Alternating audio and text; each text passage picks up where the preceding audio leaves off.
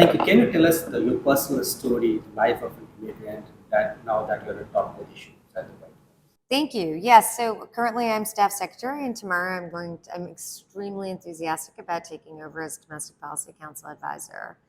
My experience is like many immigrants in the United States are children of immigrants. My parents came here in the 50s and 60s. My father came here from India in the early 1950s, and my mother came in 1960s.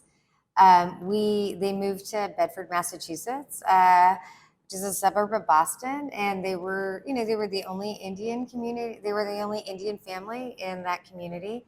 And so I felt a part of that community, but also, a little bit different. My mom would occasionally wear saris. It was different from other families in Bedford. I had that duality of being the child of immigrants, and then, but also, being part of America. And what I'm really incredibly enthusiastic about in this role and excited about is one of the issues that I will take on as domestic policy advisor is the issue of immigration. And the president has a strong record of expanding legal immigration in the United States, as well as a whole host of other issues. And so I'm looking forward to working on those issues as well. And it really does feel like it comes full circle, given given the journey my parents made to come here, and to give me the opportunities I've had and that are effectuated now when I'm in this new role. And how do you see the Indian American story in this country, the state of affairs right now under the Biden administration? He has appointed, I guess, one of the largest number of Indian Americans in the administration. Where do you see the status right now? So I started working in politics and policy, and in government in the late 1990s. So I've been working in Washington, at different levels for the last 25 years. And I have, just really proud of the role Indian Americans are playing. There were very few Indian Americans in the Clinton White House. There were very few Indian Americans in the Clinton administration. And I know a lot of families have pushed their children in other directions, sometimes medicine, business, other areas. But what's really gratifying is to be in the White House and sit at a table and see not just Asian Americans, but a lot of Indian Americans. So just yesterday, I had a meeting with Dr. Arti Prabhakar on artificial intelligence. And it was she and I talking about this policy. And, she's an Indian American woman. I'm an Indian American woman. And, that's incredibly unusual. I do a lot of work with Vinay Reddy, who's the president's chief speechwriter, very close to the president. And so I feel like I'm just incredibly proud of how much the Indian American community is contributing. South Asians are contributing to this administration, but more importantly, contributing to the country.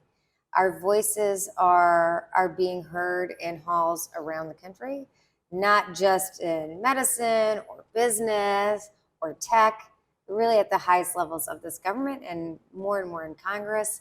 And I think what's really important is the president feels so strongly that our policies are better when everyone is at the table, that we bring our lived experiences. Some of my lived experiences are being an immigrant, the daughter of immigrants. And so, I think that's the president's commitment, the vice president's commitment. Obviously, we're incredibly proud of having the daughter of an Indian immigrant as well as the vice president. So I feel like our voices are louder than ever.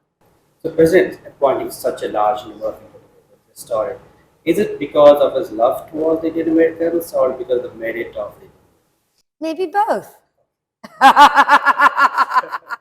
Why have to choose? I really think the president is ensuring that that everyone's represented, and at the same time, I think Indian American leaders are demonstrating their value to the process. The president does a lot of work with Dr. Vivek Murthy. He worked with him during the campaign.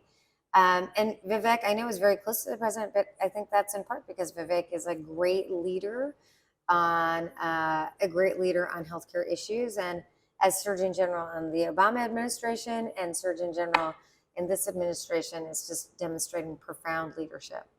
Today, you are a role model for large number of people. What would be your message to them? My most important message is that follow your dreams and work hard at what your dreams are. I know some of this sounds a little corny, but I truly believe that people will do their best work when they enjoy what they do.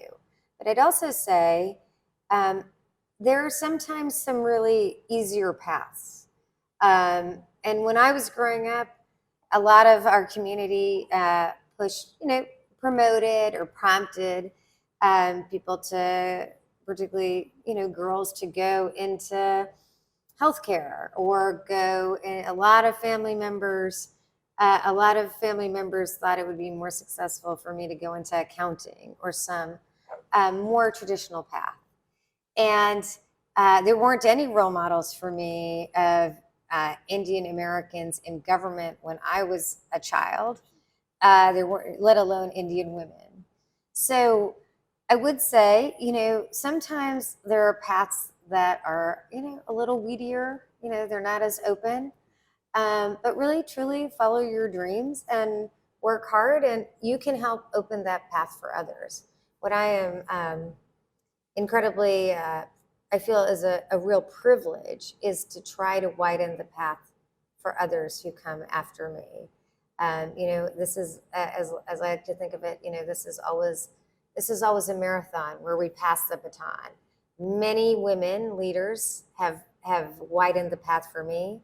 Many leaders of color have widened the path for me. Many Asian leaders have widened the path for me, and I feel like it's part of my role to widen the path for others.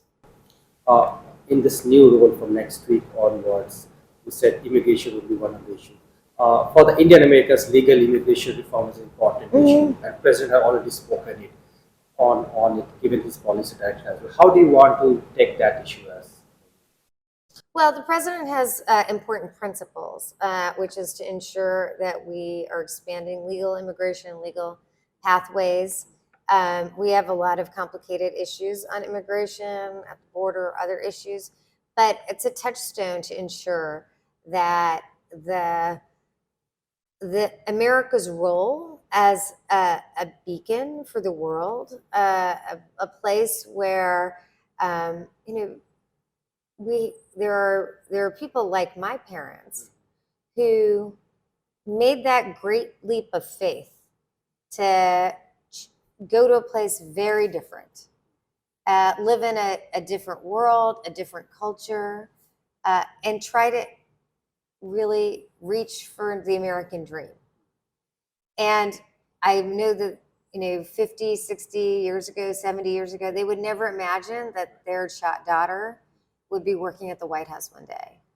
But that is one of the great aspects of our immigration policies, and we have to keep true to that, which is, fighting against efforts to restrict legal immigration and really ensure that our immigration policies reflect our values for the 21st century.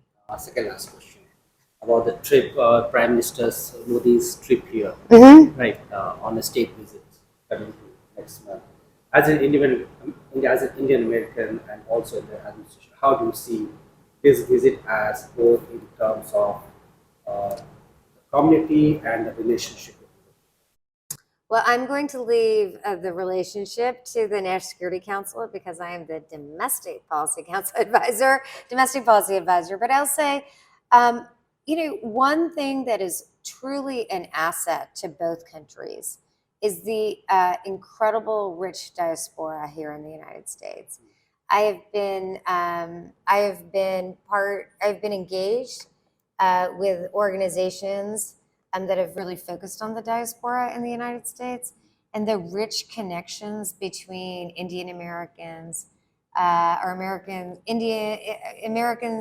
Indians who've born here, who are first generation, second generation, and their families in India.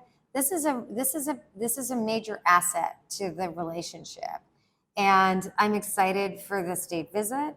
But I'm really also excited to for us to highlight the deep relationships between Indian Americans and their families in India, and really how we learn back and forth. That's not just a one-way conversation.